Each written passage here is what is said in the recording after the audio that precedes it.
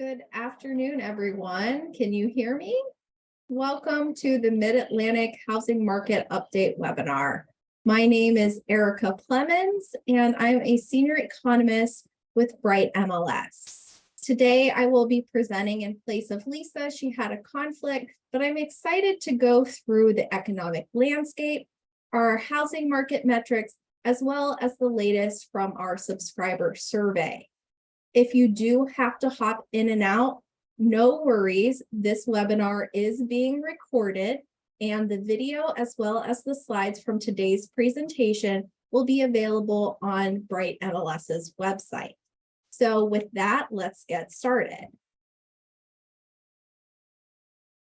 We're going to start with an economic update. We'll run through the employment picture, inflation, as well as mortgage rates and how they tie into the housing market.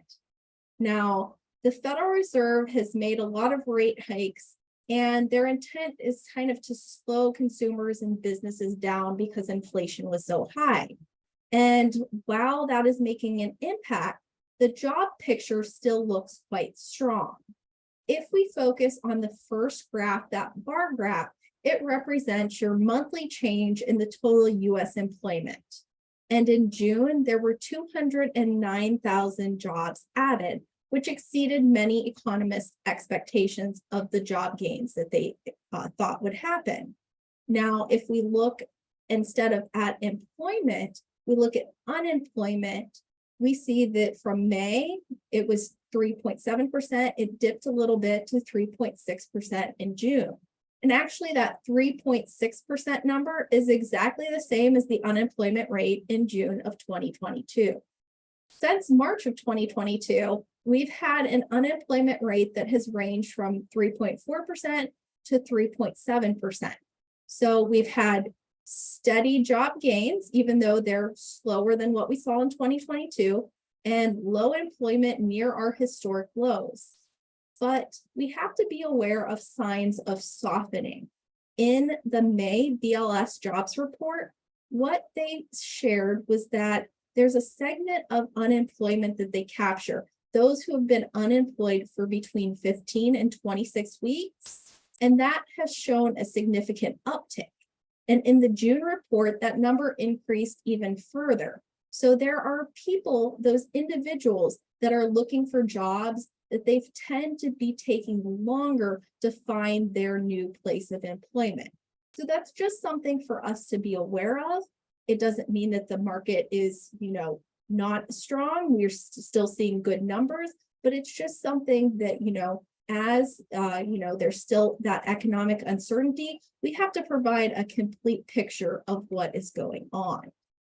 Now, we know that the labor market is good nationally, but we want to care about our market in particular, especially the Mid-Atlantic. So we'll focus on three metro areas: the Philadelphia metro, which is our orange line, Baltimore is the navy blue line, and then the light blue line represents the Washington, D.C. metro area. And if we focus on unemployment rate, the data for the metros is 1 month behind what we have for the U.S. overall. We see that the unemployment rate in these three metros is similar, if not lower, than what we see on a national scale. And so this means good news for the labor market in the Mid-Atlantic. And of course, we know the labor market and the housing market are very intertwined. People tend to need a job and a steady income in order to qualify for financing in today's market. One of the things everyone has their eye on is inflation. We're looking here at the Consumer Price Index, which is your CPI. The overall CPI is our navy blue line, and it's headed very far down from its highs last year. But still, year over year, CPI is up 3%. So where's it going to go from here? You'll see that we've highlighted the shelter component with a green line, and it's just coming off of its highs. Shelter is lagged as part of the index. And so we think that as shelter continues going down, it's going to also put downward pressure on that overall CPI number. Now, whether the Fed feels comfortable with CPI or its preferred inflation number, PCE, the Personal Consumption Expenditure Index, we'll have to wait and see. Mortgage rates aren't tied directly to the federal funds rate, but we know that when the rates were continuing to be hiked in 2022, we saw that impact on mortgage rates. The Fed will be meeting next week, and we're anticipating that they're going to increase the rate sometime this year again, and it could be next week. Mortgage rates, though, because like I said, they're not always step in step with the federal funds rate. We saw them dip this week. It had previously last week had been at an 8-month high and approaching that 7% barrier. But this week, today, when Freddie Mac released, the average was 6.78%. So that gives us a little relief and an expectation that maybe rates can ease. Putting rates in historical context, though, what do we think about today's rates compared to 1980? Well, they look quite low, but we have to make it a relevant context. For someone buying today, they may have seen family or friends purchasing a few years ago and locking in very low rates. Today, it's more than double of what it was. And the other thing that we need to consider is because of the difference in our rate picture, buyers are having a much harder time with affordability now, and sellers are hesitant to list.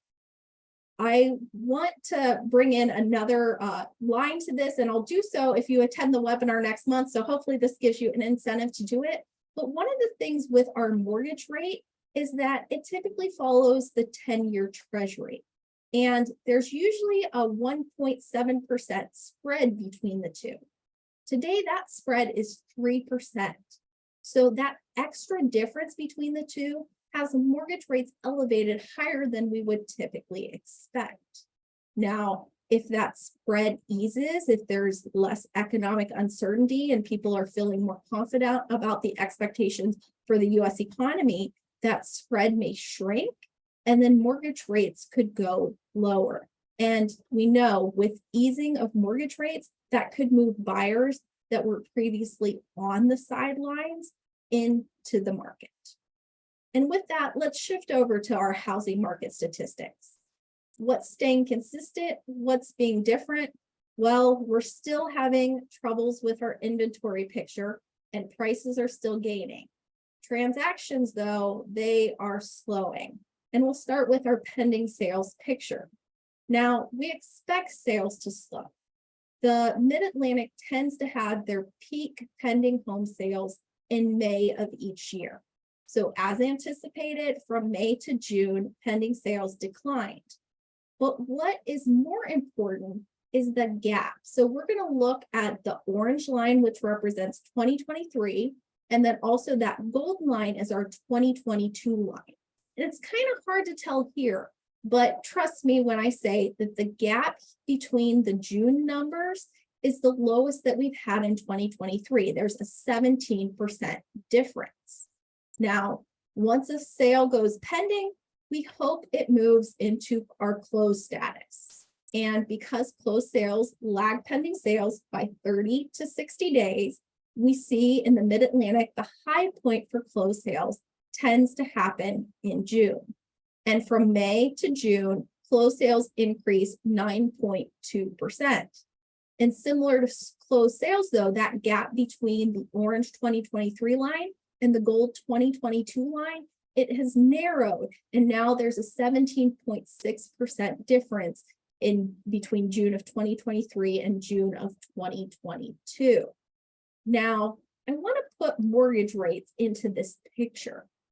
The gold, again, is our 2022. We're going to stay consistent. Gold is 2022, orange is 2023. So if you were a June buyer in 2022 and you locked in your rate in either May or June of that year, you were sub 6%. You were even closer to 5%. But today's June buyers, June of 2023, if they locked in May, the average was a 6.43%. And in June, it was a 6.71%. 0.5%, full percent differences in rates can mean hundreds of dollars on a monthly mortgage payment. Or alternatively, it's shrinking that housing budget for a buyer. Now, the converse is also true.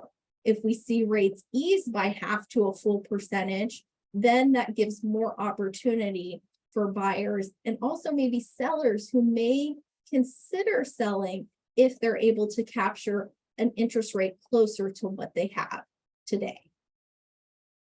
While the transactions have been declining, median price continues to make gains. The median sale price in the Mid-Atlantic reached $408,000 in June. Now, this is the highest on record. And also, if we look at the different property type categories, they hit their highs as well. Detached single-family homes were $460,000. Attached townhomes, their median price was above, I think, $330,000. And condos, the median price reached up to $340,000. Now, this is everything combined, and we know real estate is local. So let's take it a step down and look at the main metro areas, our Baltimore, Philadelphia, Washington, D.C. Philadelphia has continued to see price gains. Its year over year has always been positive. Baltimore, the past few months had been flat, and in June, now the median price is up again. DC, though, the median sale price across all property types had been negative for 3 consecutive months until June, when it went past that 0% line that we see here. It's up just 0.3%. But remember, there's things hidden underneath that combined number. If you look by property type in the Washington, D.C. metro, all of the property types hit their highs in either May or June of this year. And this is happening across all metros in the Bright footprint. They are hitting price highs. The median price highs can be found. And if you want to look for your monthly market statistics for a metro, for a county, I'd encourage you to go on the Bright MLS website and get your monthly market reports. And the thing about these reports too that I want to highlight, yes, you can get the data, but I'd encourage you to read the text within it too, because it frames things of what's similar, what's different to other places. Now, things are not always the same. In our subscriber survey, what we're hearing is that there seems to be 2 different markets happening. There's one, maybe not as fast-paced as last year, but it's still moving quite quickly. And then there's another market that it's slower. It's giving buyers more room to make negotiations. And all of the comments that we were reading in our subscriber survey, they went back to this point of if a home is priced appropriately. You can read some of the quotes here. And what we found is if a home is priced appropriately, it's getting above ask. If we looked at closed sales through the month of June, what we found is over half of them received over their original list price when they closed. If that home is priced appropriately, it's going to get multiple offers. We'll delve more into the multiple offer situation in a few slides, but just know multiple offers are the norm in today's market. It only takes 2 to be a multiple offer. And lastly, the time on market. Things are still moving at a quick pace, especially if they're priced appropriately. On the other hand, if someone is having unrealistic expectations, they still think the market is as frenzied as it was last year. Maybe they're trying to get something a little bit out of reach. Their home is going to sit on the market and it's not going to sell above ask. They're going to have to deal with maybe price reductions. Now, why is the market still so competitive? It goes back to the inventory situation. The Mid-Atlantic and the nation overall, as a fact, has a dearth of inventory. There isn't much choice for today's buyers. Now, last month in May, inventory was 1.5% above where it was last year. But you'll see the lines crossed. That orange line is now lower than the gold 2022. Inventory is down year over year, down 11.4%. And so after that 13 months of consecutive growth, we're lower than we were last year. Now, we're not back to the lowest of the lows, but still, if we compare it to typical, it's not looking too good. And that's why I want to revisit a slide that Lisa had shared in March. I think this is important to kind of drill at home. You agents and brokers, you understand what's going on. You see it on the ground. Buyers who are trying to participate have been frustrated by it. But this picture is almost worth 1,000 words. Imagine we can go back in time. We're in June of 2019. It's a seller's market, so buyers don't have that upper hand, but they have choices of homes to make offers on. Now, fast forward to today. Wait, where did those homes go? Today's buyer only has 44% of the options that a buyer in 2019 had. So there's so few homes to choose from that it's competitive for the buyers that remain. Demand is lower than it was last year, but supply has been impacted even more. If we want to picture it another way, think of 2019 as a glass that we can fill with potential active listings. Filling it with June 2023, the Mid-Atlantic is only 44% full. And adding in our metro areas, what we see is many of them are below 40% of the level they were in June 2019. The area we see that's faring the best is the Washington, D.C. metro. Though at 47%, it's still less than half of what it was in June of 2019.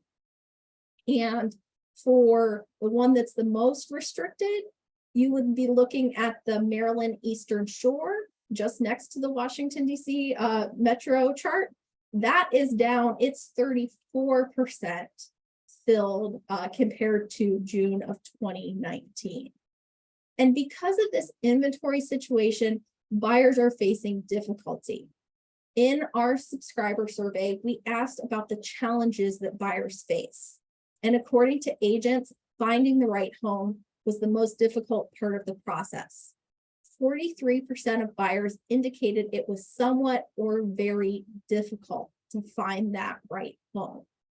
Following that reason, submitting a successful offer was also a difficulty for about a third of buyers, 35%. Now, are all buyers the same? No. First-time and repeat buyers had similar difficulties finding the right home. But when submitting a successful offer, first-time buyers struggled more. Nearly 40% of agents who were working with a first-time buyer said they didn't have a good time submitting that successful offer. It took some time. It was difficult.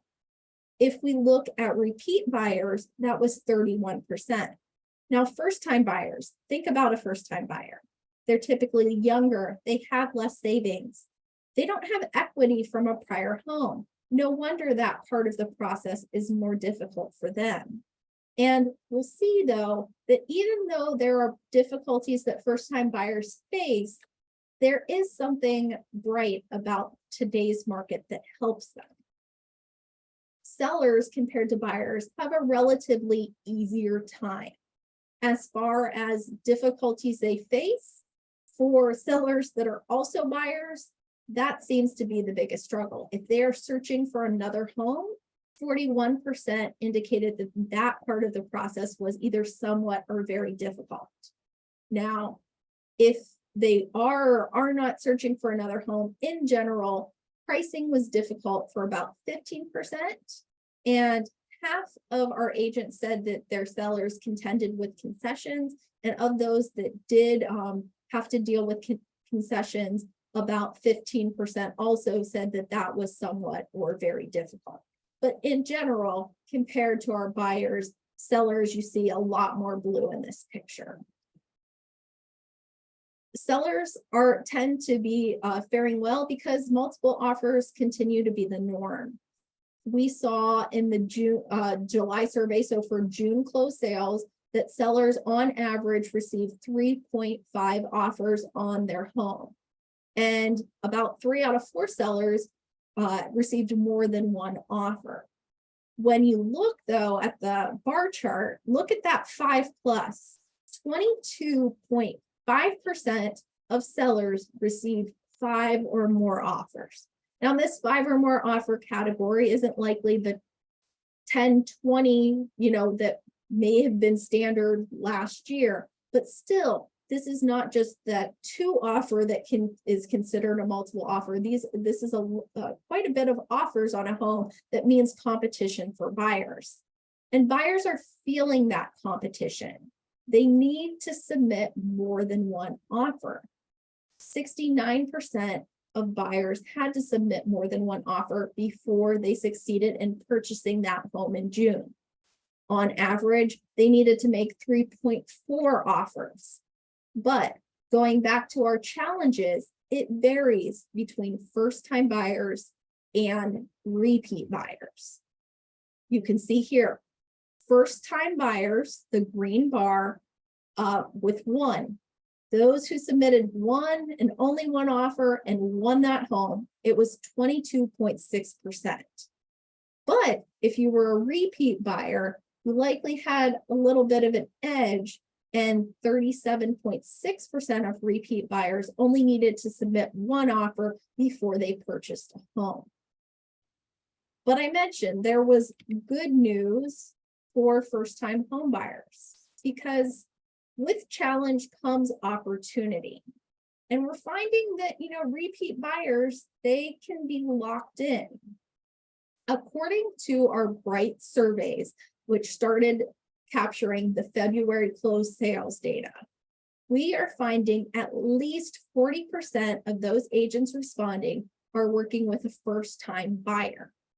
The National Association of Realtors has an annual profile of home buyers and sellers, and their 2022 profile showed that the share of first-time home buyers was 26%. That is the lowest share that they've recorded since their survey started. Now, the previous year it had been 34%, and over the past decade in 2012, it was up to 39%.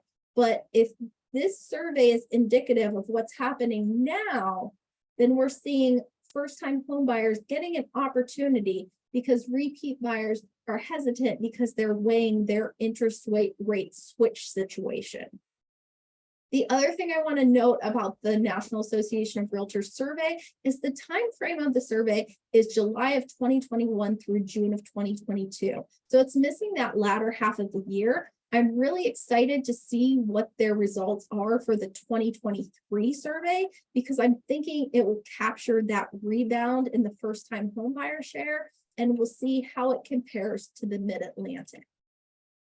While this all goes back to what we can expect for inventory. So I'm going to talk a little bit closing up about what we expect for our inventory situation, because whether it's first-time buyers purchasing or repeat buyers purchasing, they need homes in order to have a transaction.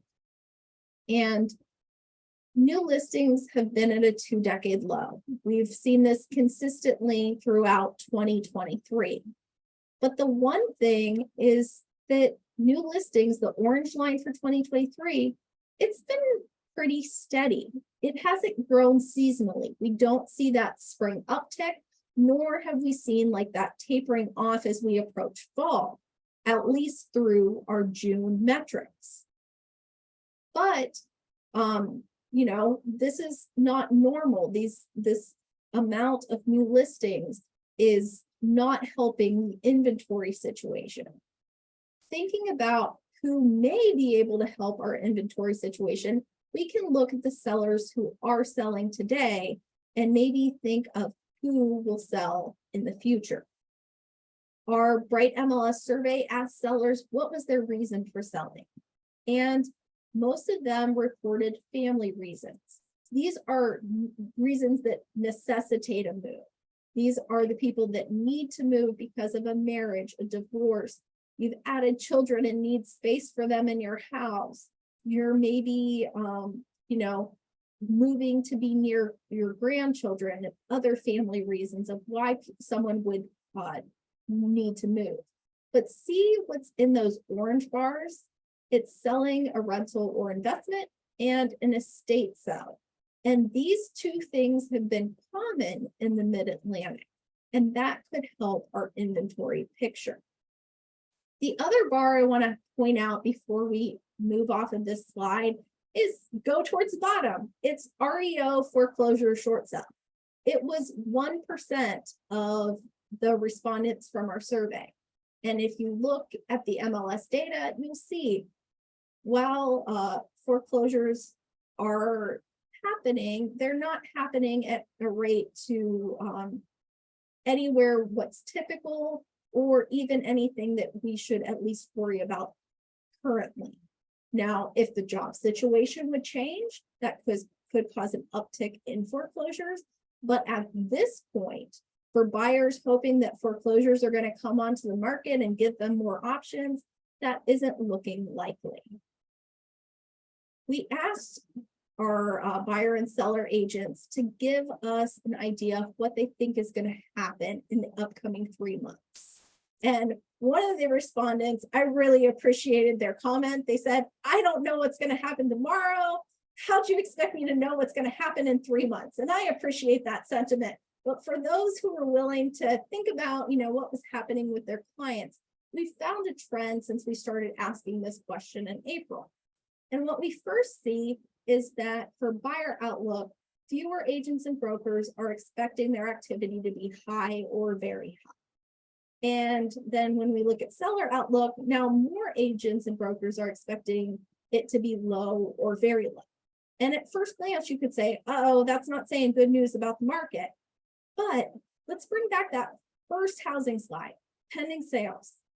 What do we know happens? Well, transaction volume tends to lower as the year ends. And so going back to this slide, we see April buyers thinking about May, June, July, we're expecting, good transaction activity. But now July sellers who are thinking about August, September, October are rightfully expecting activity to be low. Now, I hope that you've learned a lot on today's webinar, but I encourage you to keep digging into the data and trends and bringing them to your clients. There are resources on brightmls.com/research. First, I'll mention our weekly and monthly reports. Like I mentioned before, though, please don't just look at numbers. Read the context of the market and see if it applies to what you're seeing. And actually, if you have feedback for us, please send it our way. We're always interested to hear what's happening on the ground. And that's why I'd encourage you too, if you received one of our subscriber surveys, to please fill it out so we can get an accurate picture of what is happening. Along with the monthly market reports, Lisa always records a market update video. I'd encourage you to watch that, as well as look for Lisa's economic commentary, which is usually available on LinkedIn. That's where I follow her at least. And then the research team also prepares blogs and other research studies. You can find most of our things in the news and insight section. So I encourage you to check those out. And if you're not sick of me yet, I hope that I will see you next month on Thursday, August 17th at 3:15. And we'll be having another round of economic, housing, and subscriber survey updates. In the meantime, if you need to contact the research team, Lisa Sturdivant is our chief economist. I am Erica Plemmons, a senior economist, and we have Colby Stout, our research analyst. Thank you so much for attending today. And the webinar recording as well as the slides will be available.